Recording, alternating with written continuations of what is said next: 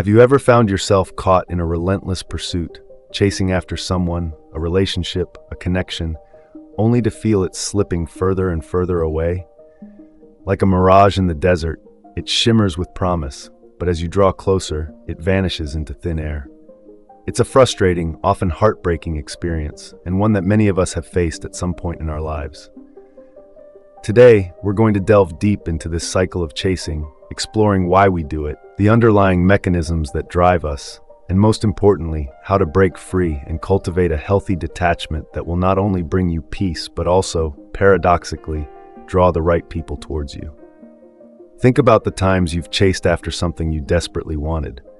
What was the underlying feeling? Often, it's a sense of lack, a void within us that we believe can only be filled by external validation, by the attention and affection of another person. We tell ourselves, if only I could have this person in my life, then I would be complete, then I would be happy. But this is a dangerous illusion. It places our happiness in the hands of someone else, making us vulnerable to their whims and ultimately setting ourselves up for disappointment. This desperation, this neediness radiates outwards, creating an almost repellent force that pushes people away. It's like trying to capture a butterfly with a net. The more forcefully you swing, the more likely it is to flutter away. Let's explore the role of dopamine in this dynamic. Dopamine, as you may know, is a neurotransmitter associated with pleasure, reward, and motivation. It's the chemical messenger that gives us that rush of excitement when we achieve a goal, win a competition, or receive a compliment. Our brains are wired to seek out dopamine, and in many ways, it's what drives us forward. However, this drive can become problematic when it gets fixated on a person. When our happiness becomes contingent on someone else's actions, on their reciprocation, we become trapped in a cycle of seeking external validation. We become addicted to the potential reward, the possibility of their affection, and this is where the obsession begins. Imagine a gambler at a casino, mesmerized by the flashing lights and the promise of a jackpot. They pull the lever, time and time again, driven by the anticipation, the thrill of the chase. Sometimes they win, and the dopamine floods their system, reinforcing the behavior. But more often than not, they lose, leading to frustration and a desperate need to recoup their losses. This cycle can be incredibly difficult to break, and romantic obsession can mirror this pattern. The uncertainty, the highs and lows, the constant pursuit, it becomes a dopamine roller coaster, leaving us emotionally exhausted and depleted. So, how do we step off this roller coaster and find solid ground?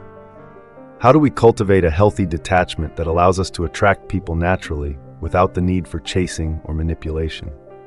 The answer, as we'll explore, lies in turning inwards, in cultivating a deep and unwavering love for ourselves. When you truly love and accept yourself, flaws and all, you no longer need external validation to feel whole. You become the source of your own happiness, and this inner radiance, this self-assuredness, is incredibly magnetic. Consider this. Who are you more drawn to? Someone who is constantly seeking approval, clinging to others for validation, or someone who is comfortable in their own skin, who radiates confidence and self-acceptance? The answer is almost always the latter. When you love yourself, you exude a different energy. You become a beacon of light, attracting people who resonate with your authentic self, not a distorted version crafted to please others. This self-love isn't about arrogance or narcissism.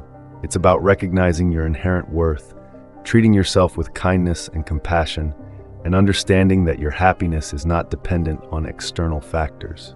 Self-knowledge is another crucial piece of the puzzle. Taking the time to understand your strengths, your weaknesses, your values, your desires, this is the foundation of a healthy relationship with yourself and with others.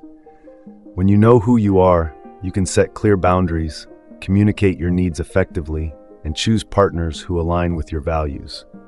This self-awareness allows you to navigate relationships with clarity and confidence, avoiding the pitfalls of codependency and unhealthy attachments. Think of it as building a house. Self-knowledge is the foundation upon which you build strong, resilient relationships. Without it, the structure is unstable and prone to collapse. Now let's delve deeper into the concept of healthy detachment. This isn't about becoming emotionally unavailable or indifferent to others. It's about releasing the need to control the outcome of your interactions. It's about accepting that you can't force someone to like you, to love you, to choose you. It's about letting go of the expectation that someone else will complete you and recognizing that you are already whole. Imagine you're a gardener tending to your plants. You water them, you provide them with sunlight, but you can't force them to grow. You have to trust the process, surrender to the natural rhythm of life.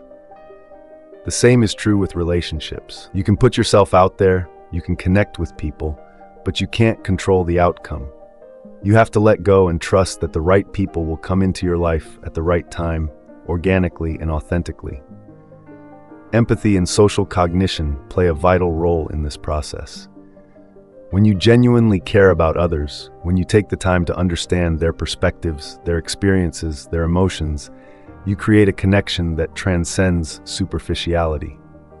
You build trust, you foster intimacy, and you create a space for genuine connection to flourish. This isn't about putting on a facade of empathy to manipulate others. It's about cultivating a genuine interest in the people around you, recognizing their humanity, and connecting with them on a deeper level. How do we develop this empathy and social cognition? Through genuine interaction, by stepping outside of our own self-absorbed world and engaging with others with curiosity and compassion. By actively listening, by asking thoughtful questions, by showing genuine interest in the lives of others, we expand our understanding of the human experience and build stronger, more meaningful connections. Let's revisit the topic of dopamine. We've discussed how the pursuit of romantic love can become a dopamine roller coaster, a cycle of highs and lows that can be both exhilarating and exhausting. But there are healthier ways to regulate our dopamine levels, ways that don't involve external validation or the pursuit of romantic conquests. Exercise, healthy eating, meditation, pursuing hobbies, creative expression, these are all activities that can boost our dopamine levels naturally, providing us with a sense of accomplishment and well-being without the need for external validation. When our dopamine levels are balanced, we're less likely to seek it out in unhealthy ways. We're less likely to become obsessed with romantic pursuits, and we're more likely to approach relationships from a place of security and self-assurance. This allows us to connect with others from a place of wholeness, rather than seeking to fill a void within ourselves. Playfulness is another powerful tool in attracting people. When we approach life with a sense of humor, with a lighthearted attitude, we become more approachable, more engaging, and more attractive. We break down the walls of seriousness and self-importance, and we invite others to connect with us on a deeper level. Think about it. Who are you more drawn to? Someone who is constantly serious and stressed, or someone who is playful, lighthearted, and able to find joy in the simple things? Playfulness is contagious. It disarms people, puts them at ease, and creates a space for genuine connection to blossom. Acceptance is also essential. Accepting that you can't please everyone, that some people will like you and some people won't. This is a crucial step towards healthy detachment. It frees you from the need to seek approval from everyone you meet, and it allows you to focus on building relationships with people who genuinely appreciate you for who you are, quirks and all. This doesn't mean resigning yourself to loneliness or giving up on finding connection. It means recognizing that not every interaction will lead to a deep and meaningful relationship, and that's okay. It's about focusing your energy on the connections that resonate with you, rather than trying to force something that isn't there. And finally, patience. Building healthy relationships takes time. It requires effort, vulnerability, and trust. Don't get discouraged if you don't find your soulmate overnight. Trust the process, focus on your own growth, and the right people will come into your life at the right time, organically and authentically. Just as a seed needs time to germinate and grow into a strong and vibrant plant, so too do relationships require time to develop and deepen. Be patient with yourself, be patient with others, and trust that the universe has a plan for you. Let's illustrate these concepts with some practical examples. Imagine you're at the grocery store, browsing the aisles. You notice someone struggling to reach an item on a high shelf. You offer to help, and they gratefully accept. You exchange a few words, maybe a smile, and then you go your separate ways. This small act of kindness, this brief interaction, didn't require any romantic interest or ulterior motive. It was simply a genuine human connection, a moment of shared humanity. These small interactions can have a ripple effect, boosting your confidence, brightening someone's day, and opening the door to unexpected connections. Another example, you're at a coffee shop, engrossed in a book. Someone sits down at the table next to you and comments on the book you're reading. You strike up a conversation, sharing your thoughts and insights on the story. This shared interest, this intellectual connection, can spark a deeper conversation, perhaps even a friendship. Again, it's a small interaction, but it demonstrates the power of genuine connection. The key is to be open, to be present, and to be genuine in your interactions. Don't approach every conversation with an agenda, hoping to find your next romantic partner.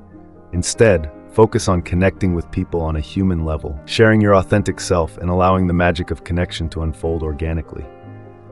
So to recap, stop chasing, turn inwards, and cultivate self-love, self-knowledge, and healthy detachment.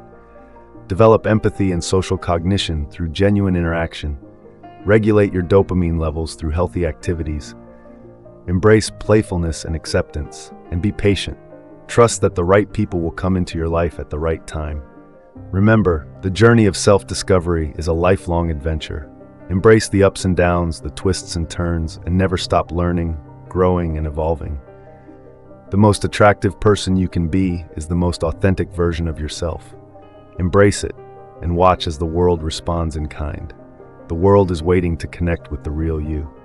Let your light shine.